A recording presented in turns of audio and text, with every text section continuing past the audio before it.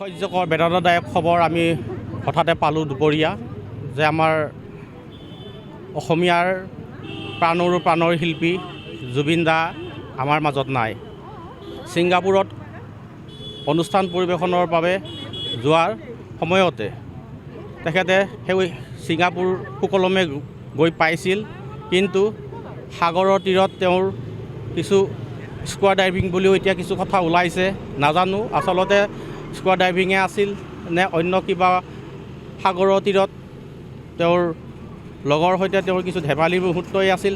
সেই কথাখিনি আমি এতিয়ালৈকে সম্পূৰ্ণলৈকে আমি জানিব পৰা হোৱা নাই। যিয়ে নহওক তেখেত আমাৰ মাজৰ পৰা যে তেওঁ গুচি গ'ল, এই সুখ আমি সহ্য কৰিব পৰা নাই। অসমীয়াই কোনো এজন সুস্থ অসমীয়াই এই বতৰাটো মানি ল'বলৈ টান পাইছে যে জুবিন দা আমাৰ মাজত নাই। তেখেতৰ এই মৃত্যুৰ সময়ত আমি যদিও সহ্য কৰিব পৰা নাই, কিন্তু নিয়তিৰ পৰিহাস আমি মানি ল'বলৈ বাধ্য। এদিন জন্ম হ'লে এদিন মৃত্যু হ'ব লাগিব। সমগ্ৰ অসমৰ লগতে আমাৰ দলগাঁও আঞ্চলিক ছাত্ৰ সন্থাই এটি আহ্বান জনাইছিল যে শ্বহীদ বাকৰিত আমাৰ প্ৰাণৰ শিল্পীগৰাকী অন্তিম শ্ৰদ্ধাঞ্জলি আজি জনোৱা হ'ব। সেয়েহে আমি দেখা পালোঁ, লগতে আমিও আজি সম্পূৰ্ণ কাম বন কাটি কৰি থৈ ওলাই আহিছোঁ। দলগাঁৱৰ সমূহ ৰাইজ আজি ওলাই আহিছে যে আমাৰ প্ৰাণৰ শিল্পীগৰাকীক একাঁজলি শ্ৰদ্ধাঞ্জলি জনাবলৈ। ইয়াত প্ৰায় 300ৰো অধিক বন্তি প্ৰজ্বলনেৰে দলগাঁৱৰ এই শ্বহীদ বাকৰিত আমাৰ প্ৰয়াত জুবিন গাৰ্গলৈ শ্ৰদ্ধাঞ্জলি নিবেদন কৰিছে। ধন্যবাদ।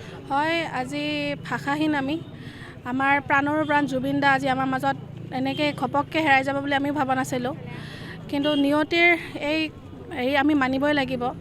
কিন্তু তাতো এটা প্ৰশ্ন আমাৰ উদয় হৈছে, যিহেতু তেওঁ যিটো অনুষ্ঠানৰ কাৰণে তেওঁ ছিংগাপুৰ গৈছিল, সেই অনুষ্ঠানটো হৈছিলে আপোনাৰ নৰ্থ ইষ্ট ফেষ্টিভেল। গতিকে নৰ্থ ইষ্টৰ ফেষ্টিভেল এখন আপোনাৰ ছিংগাপুৰত কি স্বাৰ্থত আয়োজন কৰা হৈছিলে, সেয়া এটা বিশেষ আমাৰ প্ৰশ্ন। কাৰণ আজি ছিংগাপুৰ নগৈ বা সেই নৰ্থ ইষ্ট ফেষ্টিভেলত যদি দাদা আজি অনুষ্ঠান পৰিৱেশন কৰিব নগ'ল হয়, হয়তো দাদাৰ লগত এনেকুৱা নহ'ল হয়। আজি আমি ভাষাহীন এটা তৰা হেৰাই গ'ল। গোটেই অসমখন এতিয়া কি হ'ব আমি ভাবিব পৰা নাই। অসমৰ কি অৱস্থা হ'ব দাদাৰ কাৰণে। আজি আমাৰ আমাৰ চিনেমা জগতখন আকৌ নতুনকৈ উজ্বলি উঠিছিলে। এতিয়া দাদা এই কি হ'ব আচলতে আমি ভাষাহীন, একো ক'বলৈ ভাষা নাই। খালি এটাই ক'ম, শেষ শ্ৰদ্ধাঞ্জলি দাদালৈ। আৰু দাদা আমি কেতিয়াও নাভাবোঁ দাদা মৃত্যু হৈছে। আমাৰ কাৰণে দাদা সদায় অমৰ। দাদা সদায় এনেকৈ দাদাৰ গানবোৰ জীয়াই থাকক, আৰু দাদাৰ যিখিনি আধৰুৱা কাম যিখিনি আছে সেইখিনি যাতে আমাৰ উঠি অহা নৱপ্ৰজন্মই আগুৱাই লৈ যায়। তাকে আমি সকলো অসমবাসীলৈ আমি অনুৰোধো জনাইছোঁ যে দাদা আমাৰ অসমখনলৈ দাদা যি সপোন দেখিছিল, যি সপোন ৰচিছিল, সেইখিনি যাতে ইমানতে অন্ত নপৰি আমি সকলোৱে অসমীয়া জাতি আৰু অসমীয়া সাংস্কৃতিক জগতখনৰ সৈতে কাম কৰি যাওঁ, তাকে আমি কামনা কৰিলোঁ। আৰু দাদা অমৰ হৈ থাকক। জয় জুবিন দা।